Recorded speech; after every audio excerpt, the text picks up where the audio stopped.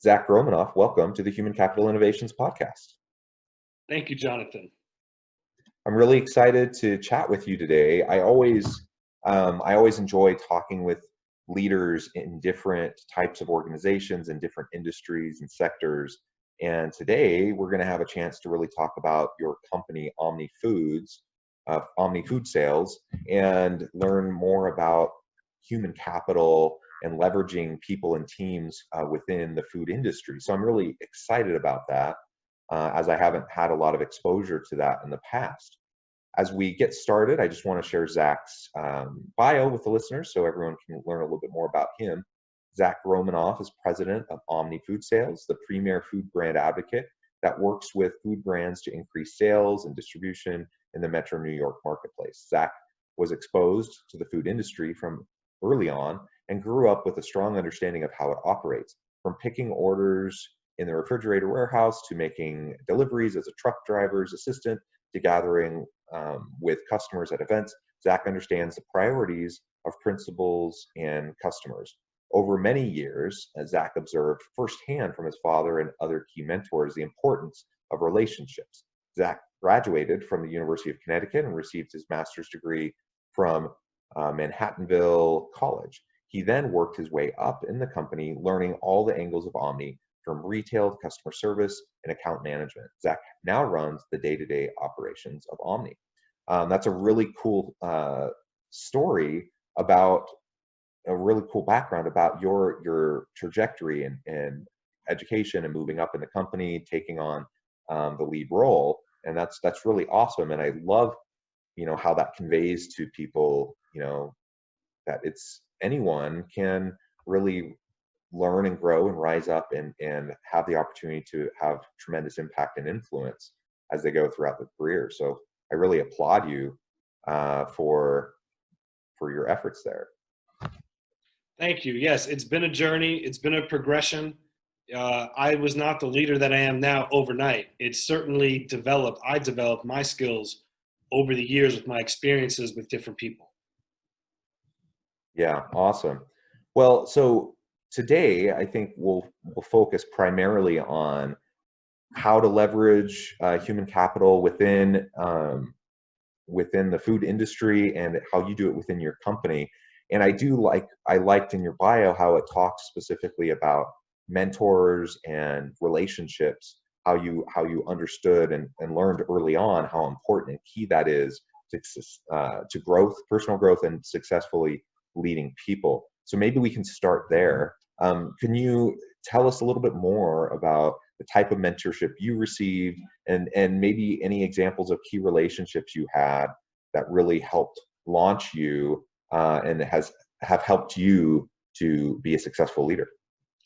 Sure. Yes, I've been blessed to have a lot of exposure and experience with some really smart, compassionate, and successful people. Started with my father. My father founded both companies around the time I was born. So literally as a young kid, I got to grow up with a father that was an entrepreneur, that was starting two companies, a distributor and Omni Food Sales. And the lens that I saw this was not the normal lens that a regular kid has growing up. Sure, I grew up in Westchester County, which is a nice part of New York, but I spent more time in the South Bronx, and I met more people in the South Bronx than I did in Westchester. I mean, I've been going to the South Bronx since I was 6 years old, and I'm talking the South Bronx. I'm talking Bruckner Boulevard. I'm talking the Hunts Point Co-op Market, the largest food co-op market in the world. So for a young 6-year-old kid to see tractor trailers and all the stuff that comes with that, being around truck drivers, being around warehouse workers, being around stores, being in the backs of stores in my formative years, I was developing and seeing things that other people just weren't. So having a front row seat to watching my father undoubtedly gave me an edge because I got to see what it took to be the boss, what it took to be the leader. When there's an issue, when there's a snowstorm, people don't want to come in. What do you do to make sure the work still gets done? Or what do you do to make sure that the deadlines are still met? And all the other meetings and negotiations and just flat out leadership that a leader basically always has to be on and always has to be showing the best, setting the best example for their team. So I learned a tremendous amount from my father about strategy, about what things to do, about what things not to do. And learning from him has really given me a strong base. So I saw that all growing up. And then as I became an adult and began working full time, Omni was ran by an old meat butcher named Jimmy Aiello. And he was as tough as they come. He served in Vietnam. He was the meat butcher for 100 stores. And he was a physical force. You know, he was a big guy. No one messed with him. I mean, he was a guy that got his way. And he was the smoothest. He was a real gentleman. And I got to shadow him for 4 years and got to go on dozens of calls with him and got to see how you present a product and how you not just rush into what it is that you want, but, you know, walk into that meeting just as slow as you're going to walk out. You know, be polite, ask someone how they're doing, build a rapport, and people can tell from the offset if you're genuine or not. You know, you've got to be a real person.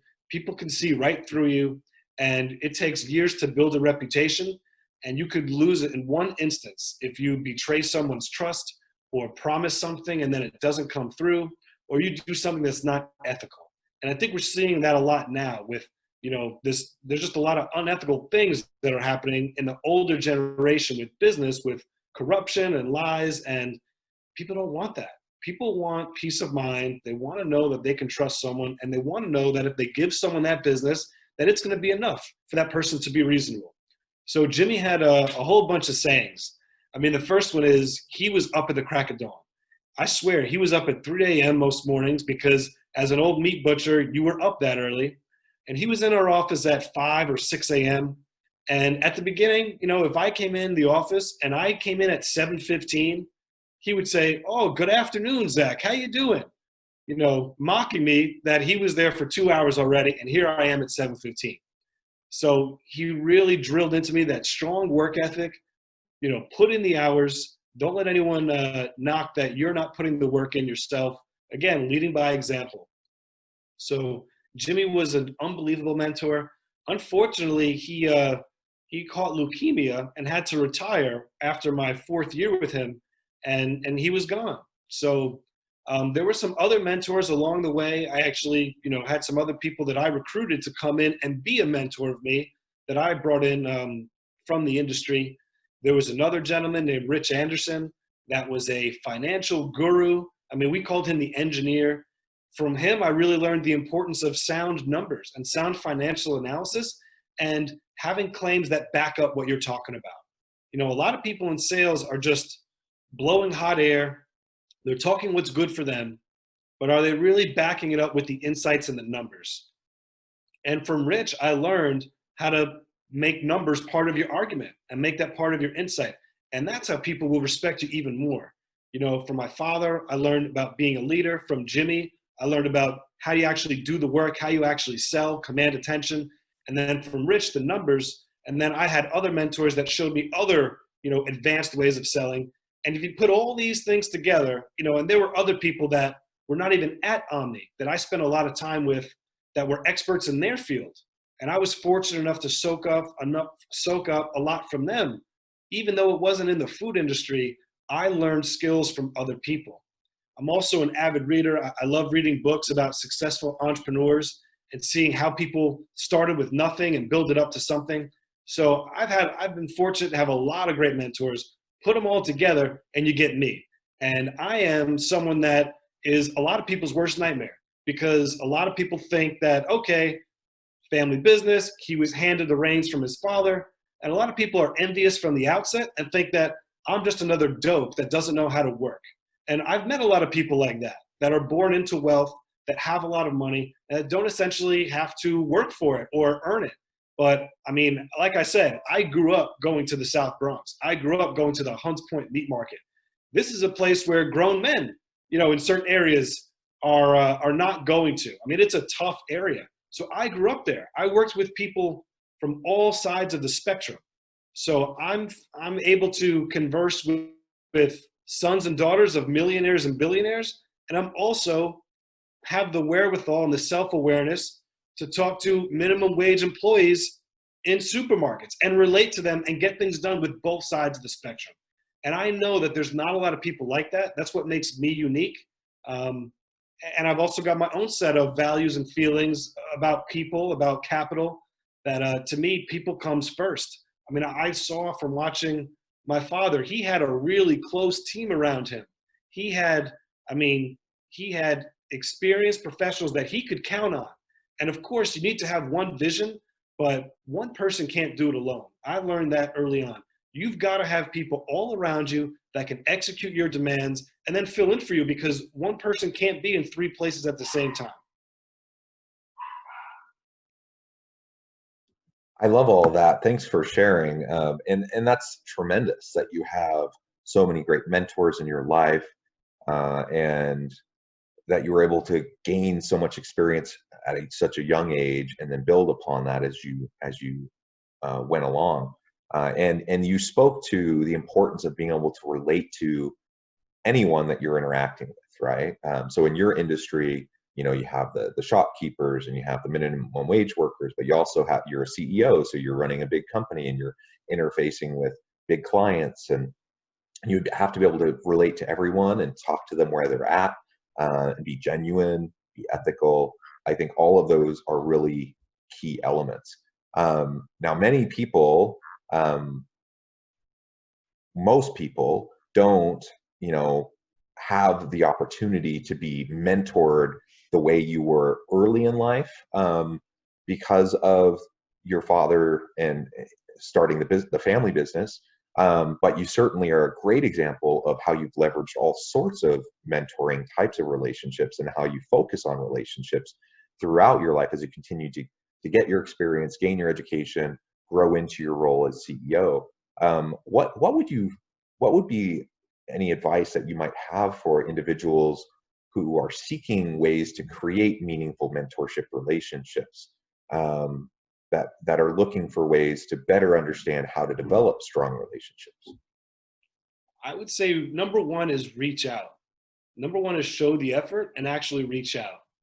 I have been relentless in contacting people in different industries, and you may have to try for a few months. You may have to try more than one time, but by and large, you'll be surprised. There are a lot of people that want to share their experiences and their expertise and what they've learned, because it's a lot of people have a sense of giving back and paying it forward and giving it to the next generation.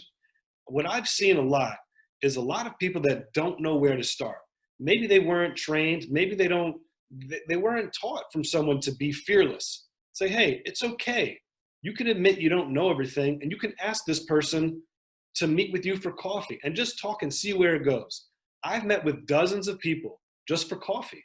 When I was young, I just met. I didn't have anything specific that I wanted from them. I just asked them and I met with them. And I got to see different things, different pieces from everyone. And when you take these little pieces from all these people and you put them together, it's what forms one's vision. So I've seen a lot of people that don't have the self-confidence to admit that they're afraid to ask someone for help. But people need to realize, I mean, running a business is hard. Being a successful business person is hard. I see a lot of people that try to act like they have it all figured out and they know everything, and they act like they can't ask for help. But that couldn't be further from the truth. We're all vulnerable. I run into things. I need to run things by people every couple of days. And it's also good to get other people's opinions and thoughts. So number one is don't be afraid to start. Number two is read. Living in the generation that we live in now, having Google, you could do deep dives into almost anything, whether it's, checking out Howard Schultz, or checking out or following an article or a story or a case. You could check multiple sources and then you could form your own opinion based on what's going on. The power of the internet is incredible. We could virtually become experts at anything now by spending the time in reading and researching. And I say third is read books. I mean, there are some really successful entrepreneurs that have put in their autobiographies stories of what they overcame and how they did it. Howard Schultz is an example from the ground up. There are countless other books that I have read that, I mean, I save, and they're so important to me. And I refer to them time and time again, because you realize that you're not alone when you're dealing with the problems that an entrepreneur deals with. There are people that have dealt with worse and far worse. So use your resources, read books, and reach out and find the people that you want to talk to. That's great advice, and I completely agree. I think so many people just miss out on meaningful opportunities to engage with those around them, whether it's people within their own organization that can be mentors, or like you said, reaching out to people in other companies and other industries.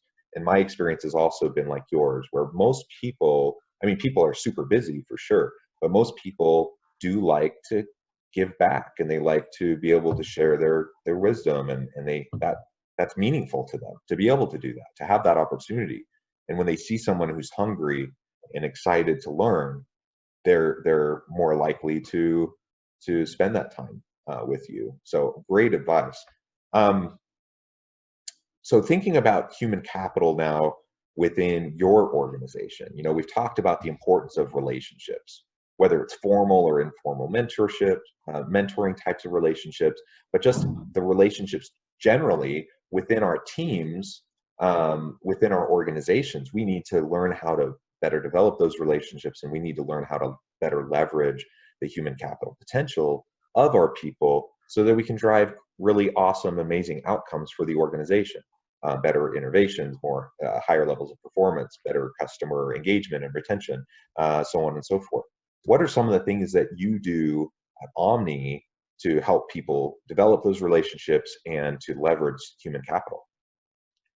I'd say number one, we identify each other as people, and we spend a significant amount of time not just going over the to-do list and what the tasks are, but for me, I like to personally know what's going on in the lives of my key team members and seeing if I can help them with anything, if I can be of assistance. Everyone's dealing with different things. And when we go to work, you might just take it as, well, someone's being moody or someone's not giving me what I need. What's wrong? And it may take you talking to that person one-on-one to identifying and realizing something else that's not related to you that's influencing the way that they're going to work.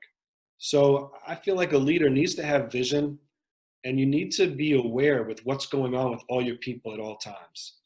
You can't just go through a to-do list and act like everyone's here, treating this the same way. Everyone has their own things that are taking them away, whether it's kids, whether it's family, whether it's, business with family. It could be a myriad of things. And you just have to be compassionate as a leader.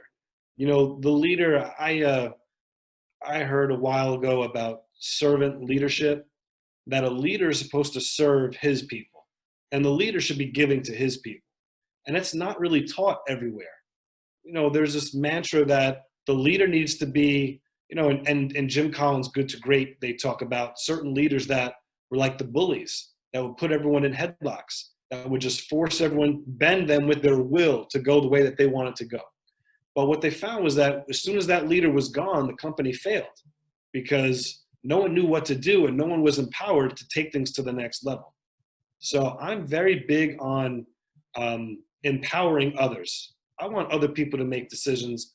I want them to be fast, to have a high speed that we operate with. And I give a good amount of trust to my team members. I mean, we also do some other things. We also do a lot of team building. We get out of the office. We do a lot of things outside the office where, hey, I know we're always talking about the POs and the orders and the distributions, but let's get outside of all that. Let's get outside. Let's strip all that away. And let's just see how we're doing as people. And let's go to a ball game, or let's go to a restaurant as a team, as a group. And let's just shoot it around and let people talk and let our hair down and be who we are as people.